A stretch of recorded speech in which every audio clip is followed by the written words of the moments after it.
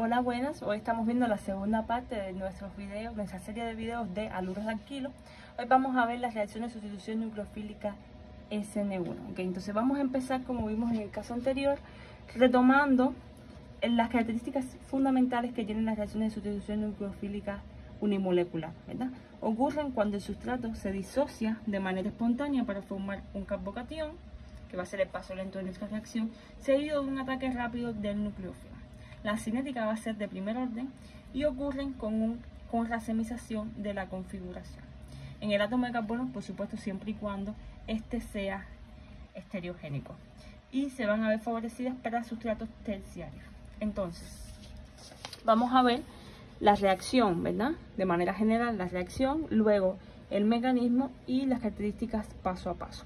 Entonces, la reacción, como vemos, partimos igual que en el caso de la reacción de sustitución nucleofílica SN2 de un haluro de alquilo, ¿verdad? Que reacciona con un nucleófilo a través de un disolvente para dar el alcohol con el cloruro. O sea, aquí en este caso el cloro es el grupo saliente, el OH es nuestro nucleófilo, por tanto se va a formar un alcohol. El mecanismo, ya estamos viendo diferencias, ¿verdad? Un mecanismo en dos pasos, a diferencia de la SN2 que era en un solo paso. En el primer paso, va a ser que es el paso lento de nuestra reacción, ocurre la disociación espontánea del haluro de alquilo. O sea que con ayuda del disolvente se rompe, se disocia el enlace carbono-halógeno, formándose un carbocatión que es el intermediario de la reacción, ¿verdad? Carbono cargado positivamente y el cloruro. ¿Ok? En el segundo paso es donde ocurre, que es el paso rápido de la reacción, ¿ok? Esto es un ataque directo del nucleófilo a la carga positiva, o sea, al carbocatión intermediario. Y se forma entonces nuestro producto final. ¿Ok? Entonces, características. Estas reacciones ocurren con racemización de la configuración. El carbocatión intermediario, ¿verdad?, simétrico, puede ser atacado por un nucleófilo indistintamente por el lado derecho o por el lado izquierdo. ¿Cómo se explica eso? Debemos tener en cuenta que ese carbocatión, ¿verdad?, ese carbono tiene una hibridación sp2, por tanto es una molécula plana. Y al ser una molécula plana,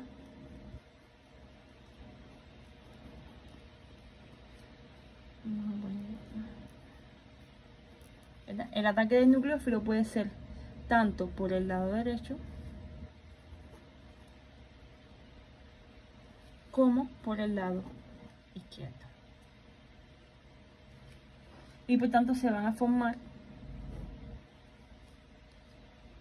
un 50% de la configuración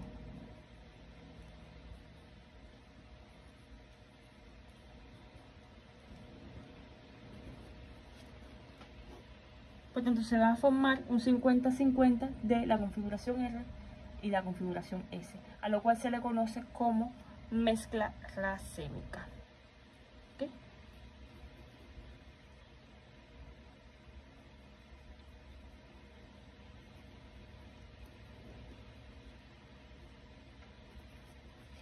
Entonces vemos, puede ocurrir tanto este ataque que me va a dar una configuración como esta que me va a dar la opuesta. Entonces, al tener esa 50-50, pues llamamos mezcla racémica, por eso decimos que se obtiene una racemización. O sea, ya vamos comparando cómo en la SN2 era una inversión completa, o sea, partíamos de una configuración, obteníamos la opuesta, y aquí obtenemos ambas en igual proporción. Entonces, la segunda característica, estas reacciones presentan una cinética de primer orden, ¿verdad? En este caso, como vemos en el mecanismo, el paso lento, o sea, el paso limitante de la velocidad de la reacción, solo está protagonizado, vamos a decirlo así, por el haluro de alquilo. O sea, nuestro nucleófilo no está interactuando en ese paso lento, por tanto la velocidad de la reacción solo depende del haluro de alquilo, por eso se le llamamos cinéticas de primer orden. Y entonces la ley de velocidad que vamos a seguir es la siguiente, donde solo va a depender de la constante de velocidad y la concentración de nuestro haluro de alquilo. Otra diferencia que tenemos que ver notoria en comparación con la sustitución nucleofílica SN2. Entonces, tercera característica. Su mecanismo es en 2 pasos, como ya vimos, ¿no?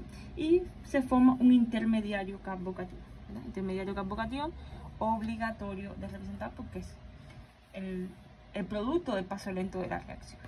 Entonces, la reacción presenta un estado de transición tardío, a diferencia de lo que ocurría con la S2, estado de transición tardío, y por tanto la reactividad depende de la estructura del intermediario carbocatión. ¿Ok?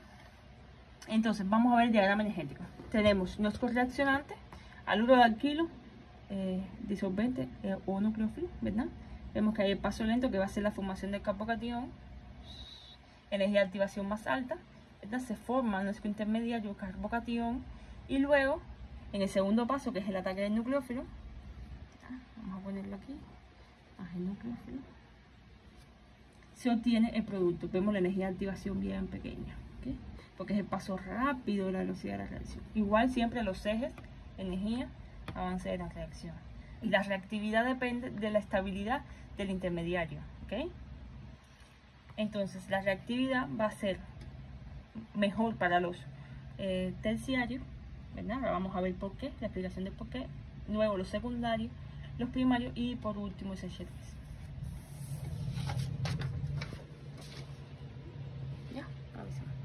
Entonces, igual que en el caso anterior, vamos a ver los factores que afectan a la velocidad de la reacción SN1, ¿verdad? Efectos estéricos del sustrato. Aquí vamos a ver qué pasa. Ya vimos vimos hace un momento que era mejor para los terciarios, pero ¿por qué? ¿Verdad? Vamos a ver la explicación. Dado que el paso limitante de la velocidad de la reacción SN1 es la disociación unimolecular, o sea, la disociación espontánea de los sustratos, es de esperar que la reacción se vea favorecida siempre que se formen carbocationes intermediarios estabilizados. Ahora, ¿cómo estabilizamos un carbocatión? Hay que ver la estructura, ¿verdad? Carbocatión es un carbono cargado positivamente. ¿Cómo estabilizo carga positiva? Recuerden que la carga positiva es deficiencia electrónica, por tanto me va a estabilizar aquellos sustituyentes que aporten densidad de carga, ¿verdad? Ahí tenemos que incorporar el efecto más I, efecto inductivo más I, que ¿quién lo da? Los grupos CH3, ¿ok? Grupos metilos, tienen un efecto inductivo más I, o sea, donan densidad electrónica a ese carbono estabilizándolo. Por tanto, cuando yo tengo un sustrato terciario, ¿verdad? Voy a tener los tres sustituyentes que están unidos a ese carbono le están aportando densidad electrónica, por tanto, a este carbono le es más sencillo llevar esa carga positiva, o sea, ese carbocatión está más estabilizado. Y como vimos que es un estado de transición tardío, o sea, que la estabilidad, la reactividad va a depender de la estabilidad del carbocatión, mientras más estable sea el carbocatión, más rápida será la reacción. Por tanto, los sustratos que sean terciarios, o sea, que sean bien impedidos estéricamente, van a estar favorecidos porque van a estabilizar mejor al carbocatión. Entonces, el grupo saliente. Aquí, igual que en el caso anterior, hay que tener en cuenta el grupo saliente. Y como en el caso anterior, vamos a seguir el mismo criterio. Los mejores grupos salientes van a ser aquellos que soporten mejor la carga negativa, ¿verdad? O que sean moléculas neutras al salir. Aquí le ponemos, aquí les puse un ejemplo, ¿verdad? De buenos grupos salientes. Vamos del grupo tosilo, ¿verdad?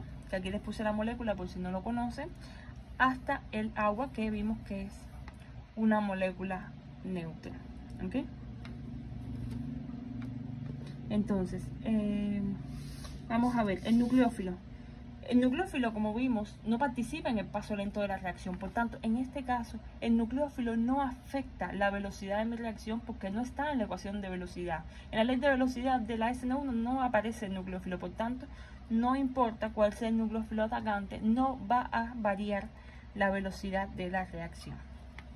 Y el disolvente, vamos a ver que siguiendo el postulado de Hammond, ¿verdad? Que establece que cualquier factor que estabilice el carbocatión, como vimos en el caso del efecto estérico, ¿verdad?, intermediario, incrementará la velocidad de reacción. Por tanto, la solvatación, que vimos que es lo que provocan los disolventes polares próticos, ¿verdad?, estabilizan al carbocatión por interacción con las moléculas del disolvente, puede tener exactamente tal efecto. Por tanto, aquí van a estar favorecidos O sea, la reacción va a estar favorecida para disolventes polares próticos. ¿Okay? ¿Por qué? Porque estabiliza a mi carbocatión intermediario.